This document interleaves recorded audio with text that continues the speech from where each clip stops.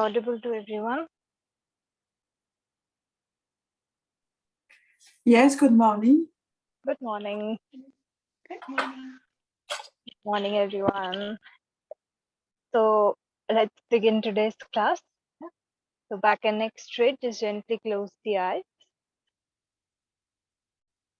And then just start observing the breath.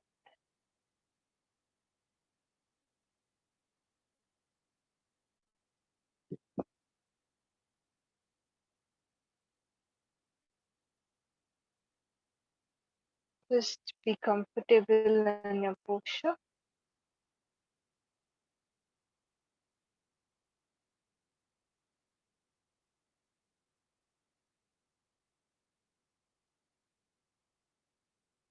And slowly come back to the breath.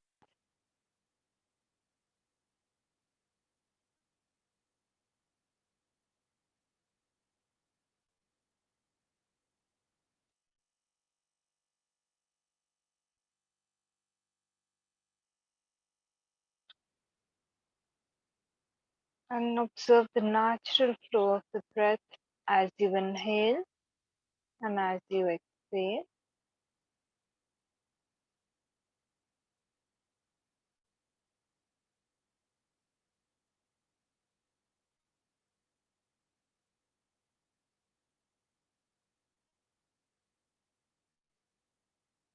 And when your body and mind feels ready, just begin to deepen the breath. As you inhale deeply, just feel the breath going in. Then retain your breath for 2 seconds. Just hold the breath in and exhale completely.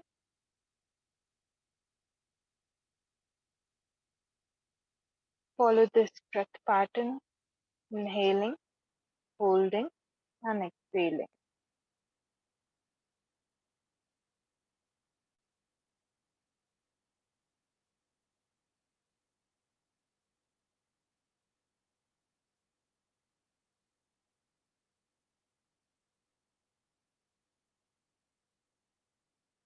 Make sure that you're not putting any effort, not forcing anything.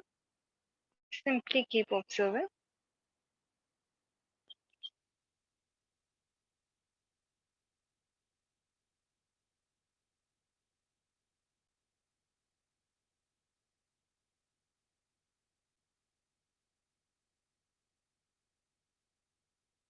And prepare yourself for chanting Om 3 times, followed by 3 Shanti. Take a very slow, long, and deep inhalation for Om.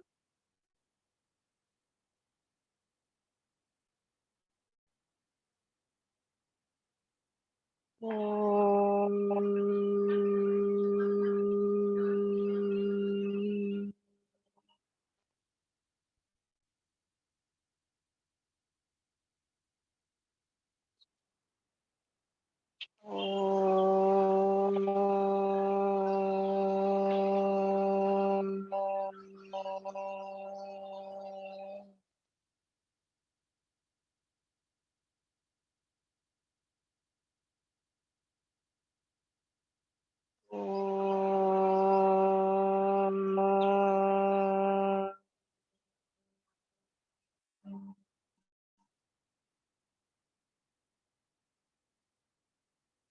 Shanti,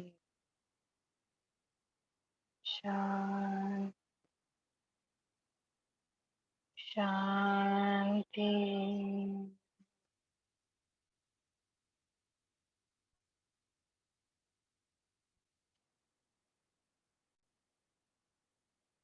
Just relax, feel the vibrations.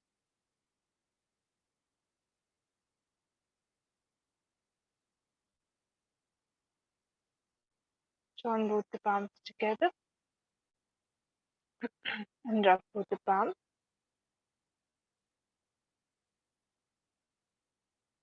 And place them over the eyes. Very slowly while blinking and looking at the palms. Open up the eyes. Let's slowly come back with a big, big smile. And namaste to everyone. Let us begin today's session. So yesterday we left the session at the Patanjali Yoga Sutra. We were talking about that. And now we're going to discuss in depth about each and every chapter. Okay. So yesterday, like we wrote the names of the chapters. Yeah. So first one is the Samadhi Path. Right. Yeah. Now see this. So first one is the Samadhi Path. So let's talk about the Samadhi Path. What did he say in this chapter? So he begins this chapter with a very famous sutra, Atha Yoga Anushasanam. This sutra is also very famous.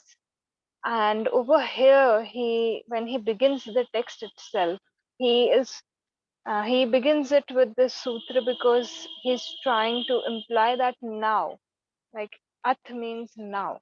So he is saying that from now, like from now, when you are starting this text, from now, when you are learning about this information and you're going to be working on implementing this information, from now, you are going to go into this practice, and from now, you are going to leave everything else, like all the things that earlier pulled you back to the world, or all the I can say sensory pleasures that you wanted to indulge into, all of those things. From now, we are going to understand the discipline of yoga, and we are going to make a change in our life.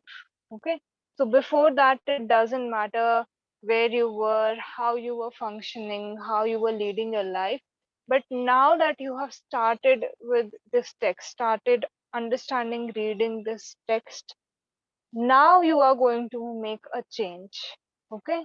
Now you are going to, nothing else matters. Now we are going to directly go into this study, and we're going to implement it to get free from all our suffering. So he is setting the mind, he is giving this instruction so that the mind is trained, it is ready, already prepared to understand this deep science of yoga, this deep path of yoga, and work on it as the instructions go on. It's just not merely for learning, like understanding the text, unless and until you're not able to implement it, you're not able to feel what he's trying to say, you're not able to gain an intuitive understanding of what he's trying to say, none of the knowledge will do you any good. Okay. So implementation is the key. Okay, so he starts the text with this. Now I'm going to give you the instructions, and from now, this is the shift you are making. And then in the second sutra itself, we have talked about it also, Yoga's Chitta Vritti Nirodha. So before telling you how you have to reach the end goal, he describes the end goal. He tells you what the state of yoga is.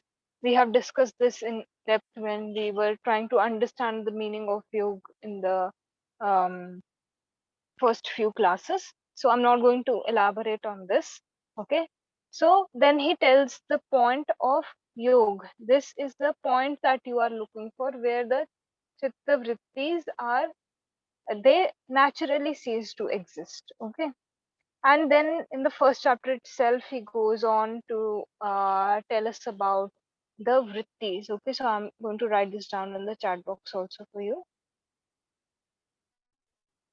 Vrittis. Okay. VRITTIS.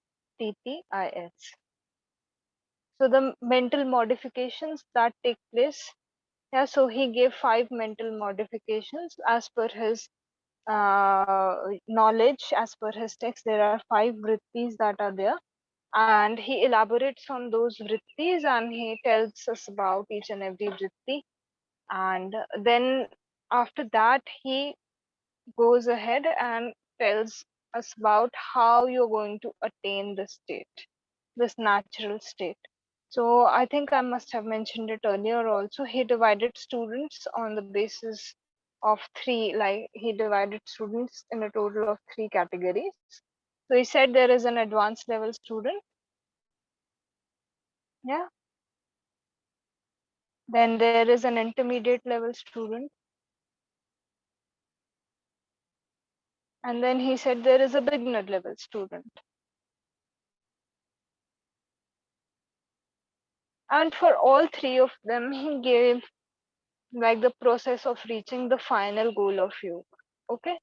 So in the first chapter, he only discusses the advanced level student. So he had this proper understanding that the person who is on the advanced level has, like, each and every moment that person is going to invest is going to be very important. It's going to be very precious.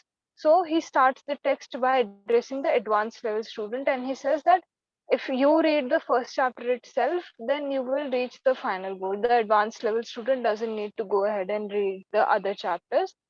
They only need to read the first chapter. They will get their uh, trick, or their, the main nuance of reaching to the final goal. So he gave two practices for an advanced level student. He said that the advanced level student will do two things.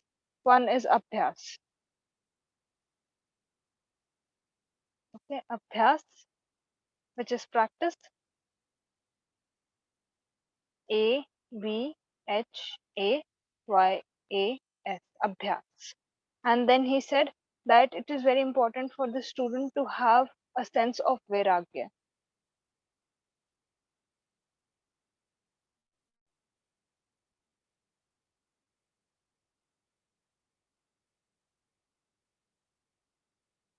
Okay, or a sense of detachment.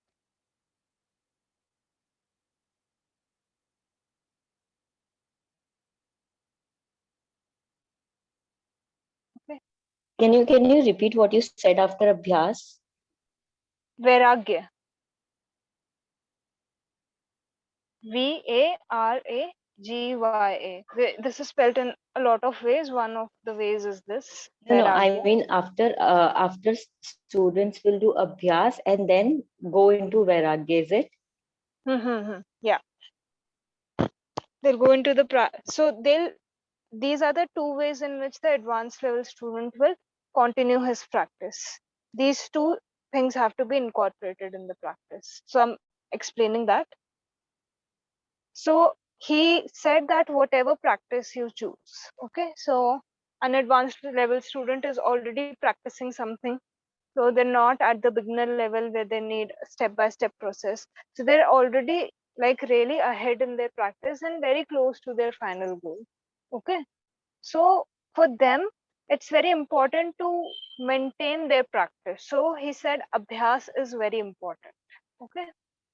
And there are certain qualities that the abhyas has. So the abhyas needs to be continuous. Okay. So that your practice has to be continuous.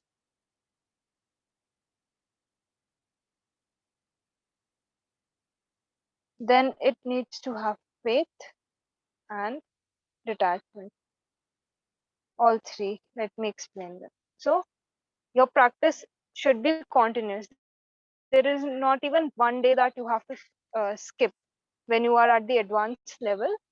He said that the key is to continue the practice, and eventually we'll see that the practice that you have chosen. He said it doesn't matter which practice you are going, like which practice you have chosen.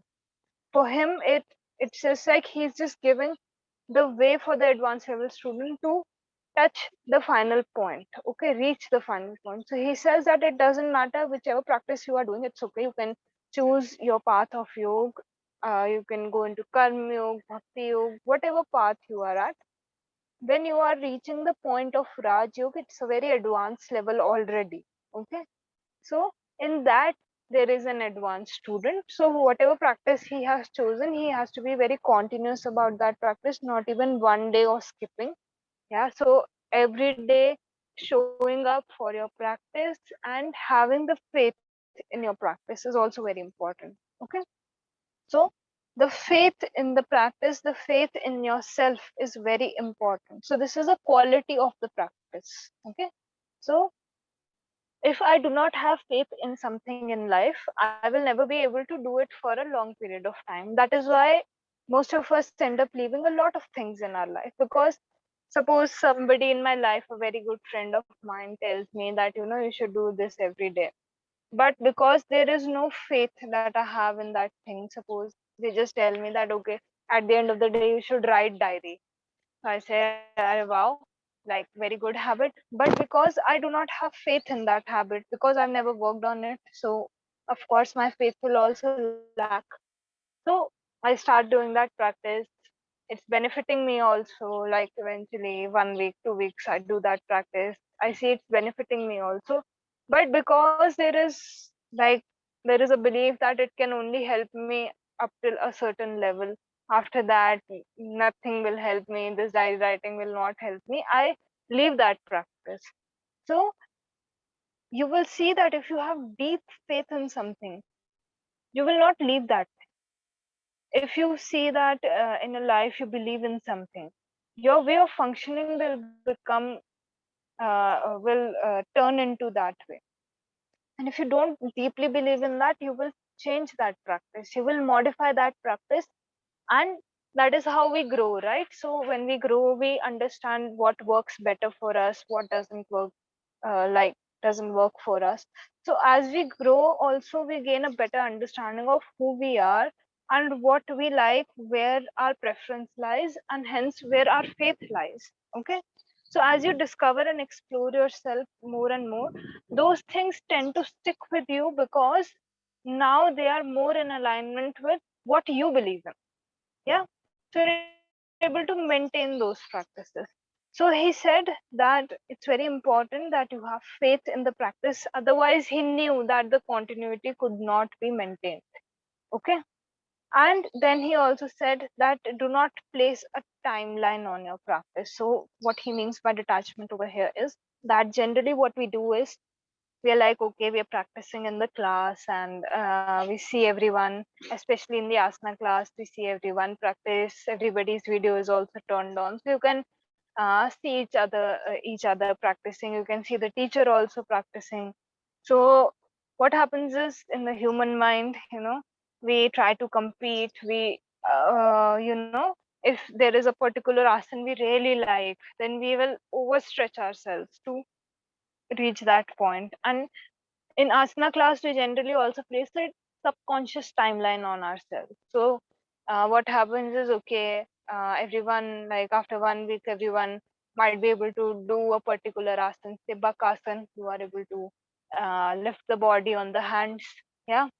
So most people are able to do it. So you also set a timeline for yourself that, okay, at least if right now I'm not able to do it, in 1 or 2 weeks I will achieve it. So you are setting a timeline, and if it doesn't happen in that timeline, yeah, you will feel very discouraged, you will feel very sad about that thing. And who caused that expectation to rise in the first place? It was you only. You only set a timeline for yourself. I'm not saying setting timelines is not okay, but at least in spiritual practice, you will have to suspend that. Okay. In the normal world, when you have particular goals, particular, targets that you have to meet, of course you have to meet them. Most of the times, you are not the one who is setting the target. If a particular exam is on a particular day, you cannot possibly change that timeline, right? So I'm not talking about those things. What I'm talking about is when you are making sure that you are practicing something for your own development, then do not place timelines on that. And yoga is that practice, even if you are taking it up professionally. Okay. Even if you take that practice up professionally, even then you should not place any timelines on yourself, because you will end up doing more harm to yourself than good if you set a timeline, especially in spiritual practices, because then you will overestimate your own self. You will push yourself too hard, and it will only lead to injury. And if there is injury, or I'm just talking on a physical level, there is injury. Yoga works on each and every level. In the pranayam class, also, we discussed the five koshas. So I told you that, it's working on all the levels. So you're going to hurt yourself on all the levels. Even if on a physical level, you see body will get overstressed, you will have to take rest for 5-10 days. Then you will feel that after you walk, come on the mat again, you feel like, okay, my progress is lost. So just go with your body, just go with how your body is trying to, tell you to go at whatever pace. Do not ever set a timeline. So your practice should never have a timeline. They said, advanced level student, this is the thing you have to take care of. Whatever you have chosen, these three qualities of practice should be there. And then he said that again, there is a sense of detachment, vairagya. So he said that same thing. He is also trying to refer to almost the same thing when he is talking of Vairagya over here. Once again, that there should be no attachment. There is no timeline that you can place on the practice that you are doing. Yeah. So be detached, and your main focus should be that you are just doing it every day with a sense of duty. So karma yoga also comes in over here, where you are practicing that whatever path you have chosen with a sense of dedication, and at the same time there is this sense of detachment that, okay, I'm just doing it as a duty, and eventually my higher goal, my final goal is very, very high. So you cannot place a timeline on it. Okay. So these are the two things that you have to take care of when you are um, going ahead and adopting any practice when it comes to Raj Yoga. Okay. So advanced level student, if you are, if somebody over here sitting is on the advanced level, please take care of these things. And he said that if you are detached and if you are practicing, you are bound to reach the final goal. Okay. So now I'm not constantly like, I know that I'm practicing for a goal, of course, to reach the state of you. And for the beginner, that desire to reach the final goal will strongly come up. But eventually, you will not be attached to reaching the final goal. You won't be attached to that thing. You will just, you know be fine with it, because there is so much detachment. You're just working, working, working, and one day you will just reach that stage. Yeah. So that is the attitude that you have to eventually work on developing. So even if you are on the beginner level, this is very important for you, because one day with practice you're going to reach the advanced level. So that is when these two things have to be taken care of. Also, you will get a lot of siddhis on your path. Okay. So siddhis are the supernatural powers that you will get, and they are not supernatural. Actually, they are very much natural only. But as we start to unblock everything, they start to come up. So it's actually our natural way of existing, but we think we are doing something extraordinary. So even then, the sense of detachment is very important for you. Okay, because if you get attached to the siddhi, then you will go once again into that same cycle of reacting, then acting, then there is some other reaction when you act. So you will go back into the same cycle of rag and dvesh, happiness, sorrow. Even Can you if you, explain Siddhi? What is yeah, Siddhi exactly? yeah, I'm going to come to the third chapter. That is where he has discussed the siddhis. So when I discuss the third chapter, I'm going to touch upon this topic. Yeah, but right now I'm just Okay. explaining overall. Yeah. So this is what he has talked of in the first chapter. So way for the advanced level student. Then he has also discussed the topic of pranav or om. So the topic that you must have covered in your meditation classes also. Uh, pranav, he has mentioned pranav. He has talked of Ishwar. Yeah. So let me write these things down. This is all in the first chapter. Okay.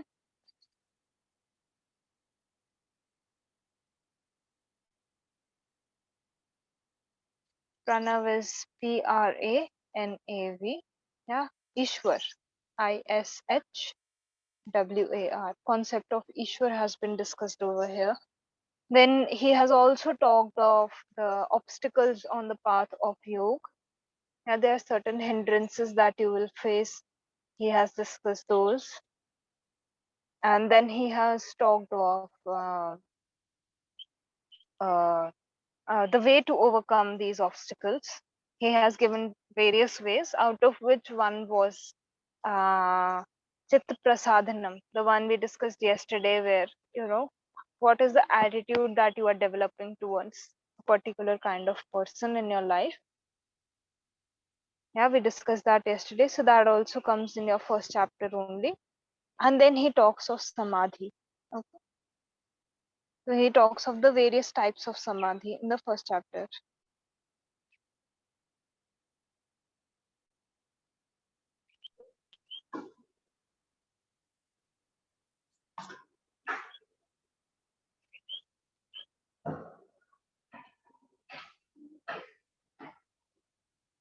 Yeah, so this is being covered in your first chapter. As you end the first chapter, you reach to the point where he starts the discussion on uh, um, the practices for an intermediate level student. Okay, so second chapter was the sadhana path. We had 55 sutras in this. So all of that information, if you haven't watched, it's in the previous video. Okay, so don't worry about it. So then he talks of sadhana. Sadhana is the discipline that you acquire. Yeah, the practice that you're going to do. So in that he begins with the concept of kleshas. K-L-E-S-H-A-S. Kleshas.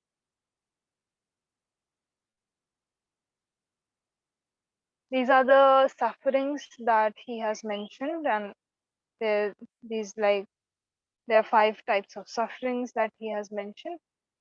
So he talks of the kleshas, and then he directly moves to talking about the practices for an intermediate level student. So that is Kriya Yoga. So the topic of Kriya Yoga has been discussed in this chapter. For the intermediate level student, this is where they're going to start. And he gave 3 things in Kriya Yoga. He said that Tap, Swadhyay, and Ishwar Pranidhan.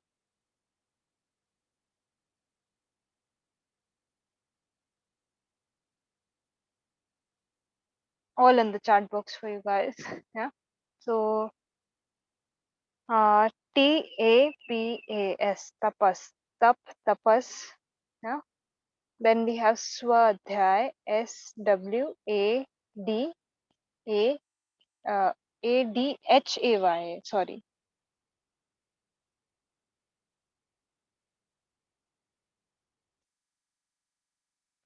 SWADHAY. Swadhyay. And then we have Ishwar Pranidhan. ISWARPRANIDHAN.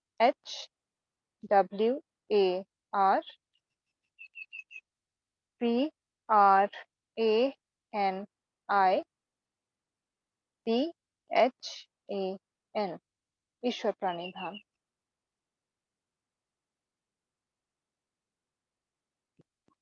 So he said that if you are at the intermediate level, okay, there are some practices that you are already established and you're already on the way of working on this path.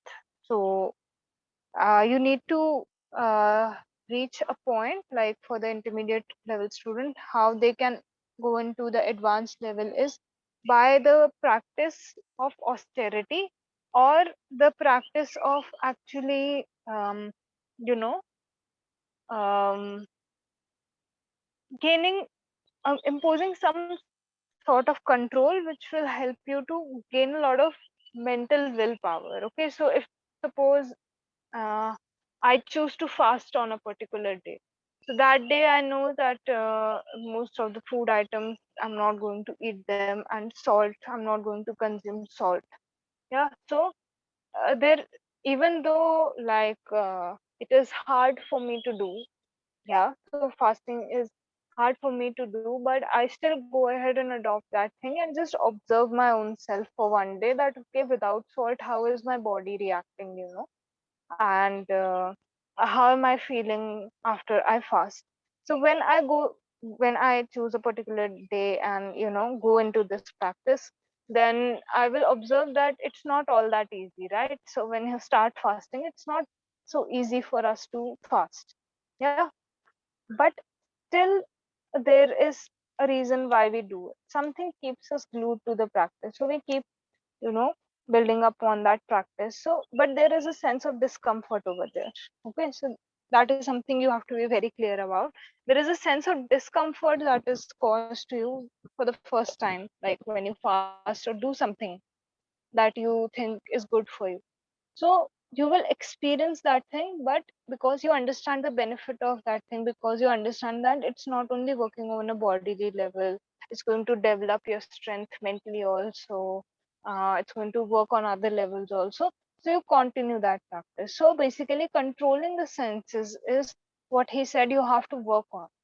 With tuck, you are actually cutting out sensory objects for your own self, and you are seeing how your body is you know uh, acting, reacting to that thing. It doesn't mean that on an initial level you go into extreme austerity where you are not eating at day for days at a stretch. Yeah, so it doesn't mean that. For a beginner, you can just begin with certain things that you can incorporate in the life.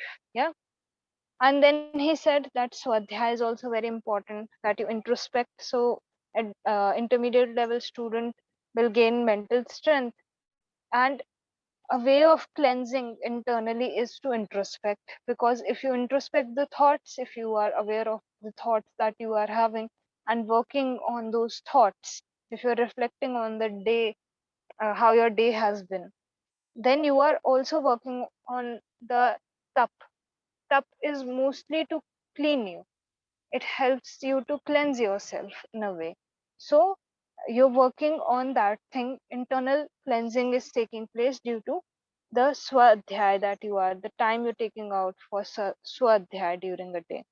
Okay, you can also go ahead and read a few texts which will actually keep you on your path, which talk of truth, reality. Basically, going into reading about such things which will help you to overall cut out any external thing that even harms you. So you can go ahead and read fiction books also, but those things end up sometimes harming us. Like if we read a particular book which is very dark, or we watch something which is very dark, so he said that even change the external environment, you will see changes within. So you can go for reading spiritual texts, or authors like Swami Vivekanand, yogis basically, who wrote certain things. So it will help you to get more in tune with what you're trying to achieve. And then he said, go into Ishwar Pranidhan, where you surrender yourself completely. Yeah. To whatever power you believe in. Just there should be a sense of surrender. There should be a sense of, you know, when you surrender, there is no ego over there.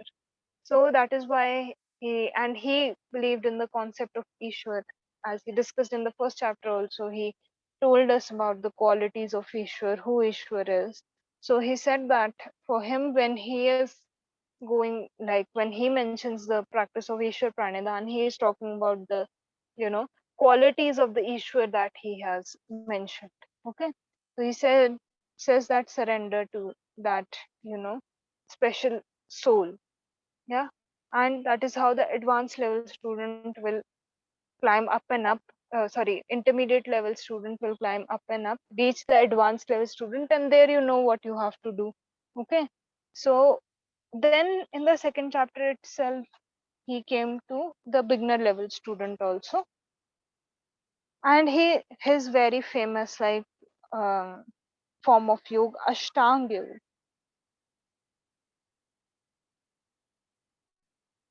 or the 8 limbs.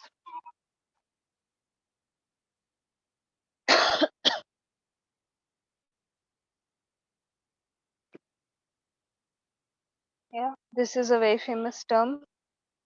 Yeah, ASHTANGA, Ashtanga yoga. He talked of Ashtanga yoga, and he said that, okay, if you're a beginner level student, this is how you have to start. He gave a step by step process which involved 8 steps. Yeah, and you climb, you cannot skip. Yeah, so sometimes what we do is when we climb the stairs, we take 2 stairs at a time. I'm sure that most of us have done that at least once in our life. When we're climbing the steps, we take 2 stairs at a time. थोड़ा जल्दी पहुंच जाएंगे. We'll reach a little bit early if we take 2 steps. But no, when he gave Ashtanga, he said that you have to get established in stage 1 in the first step. That is when you can go to the next step. Then you can go to the next step. Yeah, and like that, when you develop step by step, you will reach the final goal. Yeah, so Ashtanga Yoga, we will have a separate class on this. I will discuss each and every limb in detail with you. So I'll name all the limbs then only. Yeah, but for now, just there is an 8 step process that he gave, and only till the 5th step he discussed in the second chapter. Okay, so the second chapter ends at the 5th stage of Ashtanga Yoga, and then from the 6th stage he begins the third chapter, which is your Vibhuti path.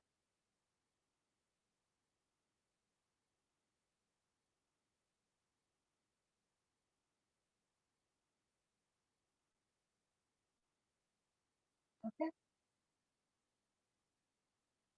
so he begins the third chapter, and Ashtanga Yoga is only continuing when you start the third chapter. And in this chapter, he discusses about Vibhutis. If you go into Hatha Yoga text, the term Siddhi is used. SIDDHI. Siddhi Vibhuti are the same. Patanjali ji used the term Vibhuti. At yoga texts, if you read, they will use the term Siddhi. But they're all talking about almost the same thing. Yeah. Basically, same thing is happening, but there are different supernatural powers that are discussed in uh, Patanjali Yoga Sutra, in Hatha Yogic text. There is a mention of 8 siddhis that you acquire on your path. So Vibhuti or Siddhi is actually, it's very easy to call it a supernatural power. But as I mentioned before also, as you begin the cleansing process, as you begin to clean the body, the mind, and take all of your senses, direct all of your senses towards the inward energy, you finally eventually on your path reach a stage where you start unlocking certain potential that is there within you. Okay, so suppose something is happening in nature. Yeah, so I will be able to observe it as it is. Suppose the plant is growing or the flower is blooming, so you can say that when you give the right environment, the right soil, right manure, and right water to the plant that is growing, the flower will bloom. So, at this point of time, you have reached that stage where so much cleansing has taken place that the flower gets the right environment to bloom.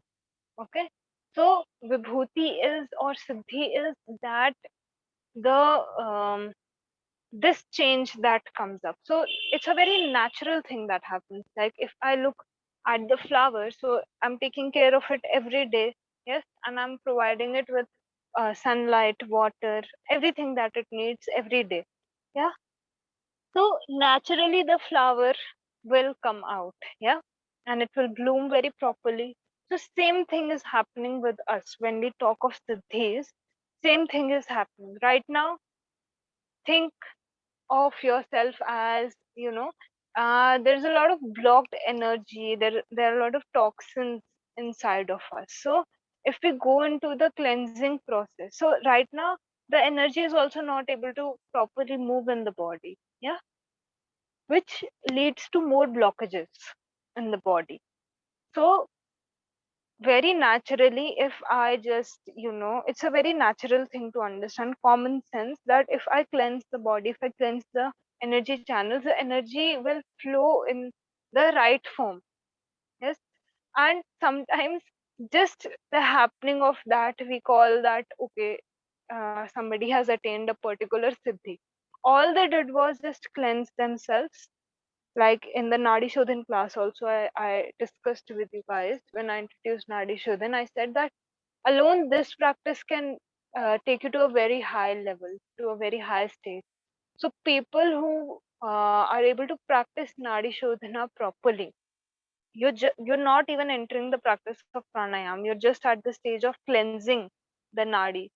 People who practice Nadi Shodhana properly, they also attain a lot of siddhis.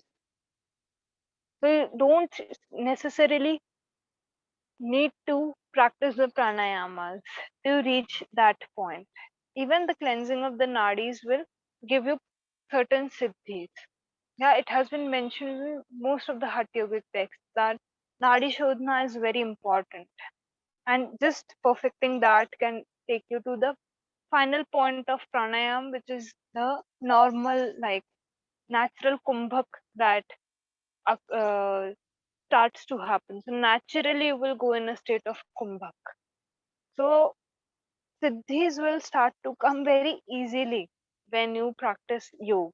But one gets lost in siddhi, in these powers. So it's very important for you to be very vigilant, to be very wise about this thing. That when you attain a particular siddhi, then you have to understand that you don't have to use it or abuse it. So generally, yogis have a lot of siddhis, but they don't show off. Yeah. So some people say that, you know, there was a very famous story of Lord Buddha also, where, this lady came crying to him. She had a son after a very long time, and after so much, you know, um, uh, like she prayed a lot, she asked for a son, and after, she had a kid, she had a son. The son passed away, he couldn't survive. So when she brought the her son to Lord Buddha, and she said that, save him. So he said no, he cannot, because he cannot go against the law of nature. That doesn't mean that he didn't have the ability to. Yeah.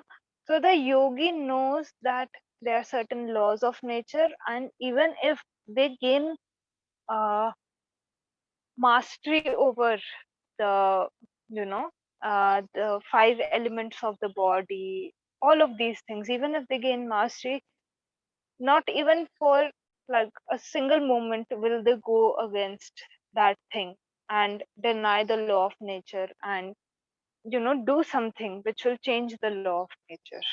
Okay. So that is why yamas and niyamas are considered to be very important, because if you attain vibhutis, if you attain siddhis on your path, what starts happening is people start using them, showing off those things, and then they again fall into the cycle of, life and death, this whole cycle of suffering. They come back to this. So he said that be very vigilant when you are going on the path of yoga, because you will attain all of your dreams, everything will come true. but it depends on you how you are acting at that point of time. Yeah.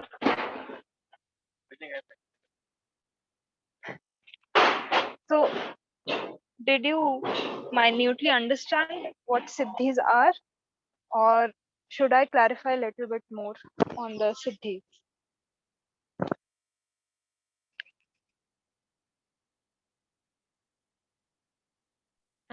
Understand. Thank you. Understood? Yeah. Anusha ji, yeah? Did it become a little bit clear? Yeah, I understood. Okay, can you suggest a text that we can read? I mean, I already have the one in Sanskrit, but if it would be good if you could suggest this translation of Patanjali Yoga Sutra by someone in English also, because it's easier to cross-refer and understand it better. Yeah. So I'll write the name of two books in the chat box. Okay. You guys can go ahead and read that.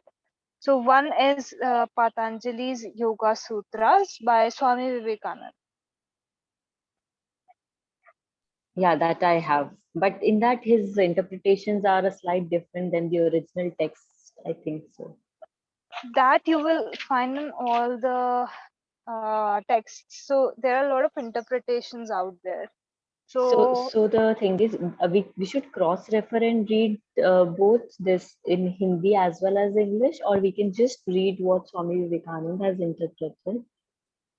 see, if you can understand Hindi, I would say that go for the Hindi translation of Swami Vivekananda. Okay, so you will find the book, I think, in Hindi also. But Okay. I'm writing down one more book in English. So that you'll find both in English and Hindi. And it's a very good book.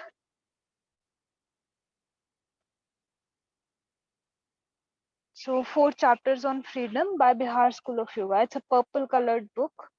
You will find it in English and Hindi both. If you're fluent with Hindi, if you are comfortable with Hindi, you can go ahead with the Hindi translation. Otherwise, their English translation is also very good. Is it available on Amazon or something, or do you have a PDF of it? It's available on Amazon. You'll be able to find it, and also online. Also, you'll be able to find it. So you don't have to necessarily go and buy the book. I'm sure that there are a lot of ebook sites where you will be able to find it. Yeah. So this commentary is also very, very good. Got it. And in the 3rd chapter, he tells concentrating where will give you which siddhi. So he has discussed in detail about these things. Okay.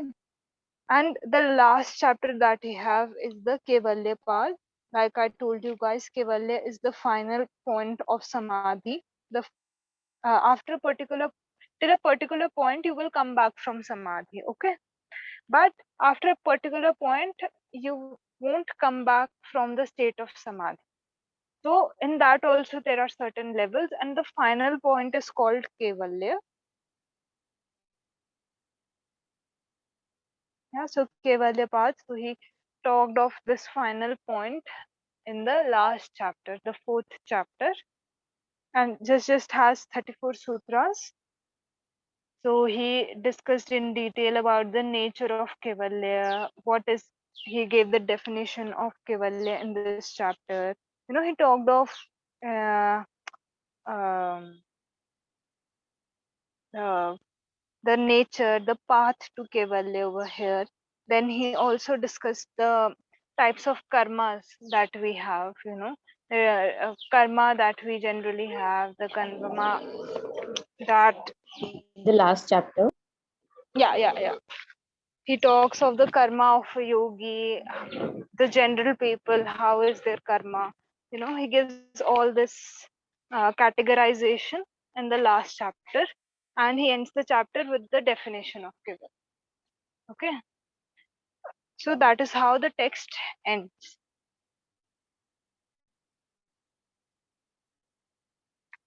So Sorry, this he ends the chapter with the definition of what? Sorry. Kaivalya, the final goal. Yeah, the final Sorry, point. thank Yeah.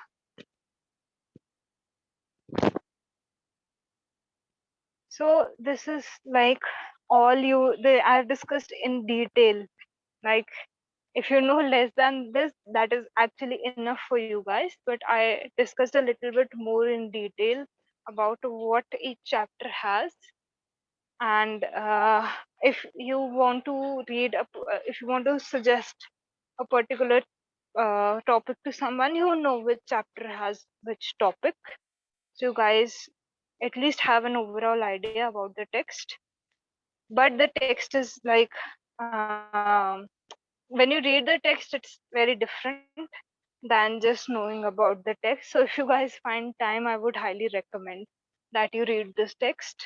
And the two books that I've suggested, they are like enough for you, like, because you will take a lot of time to even digest all of the information.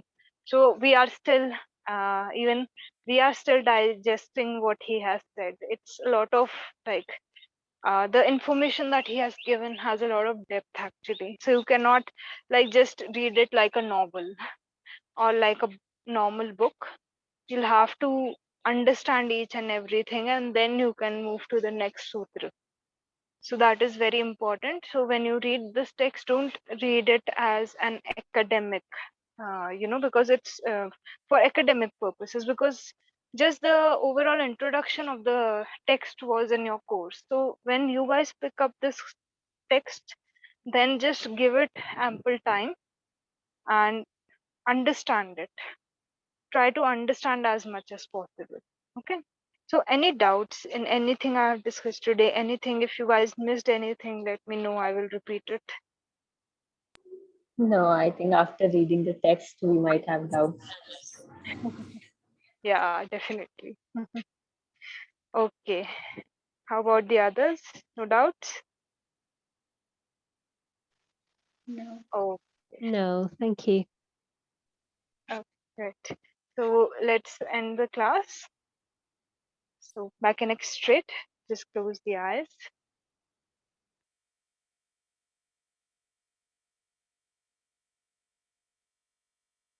Allow all of this information to go in.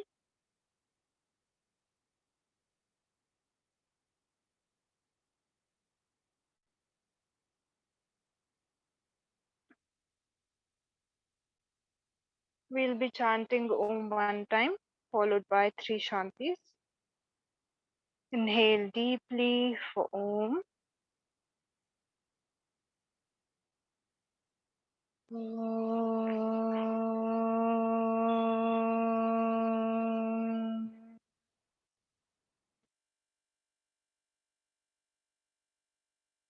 Shanti, Shanti, Shanti.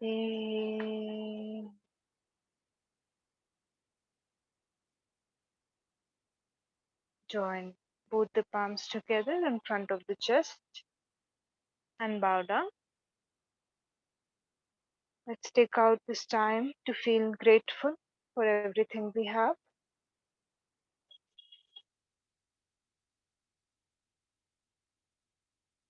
And now slowly rub both the palms together.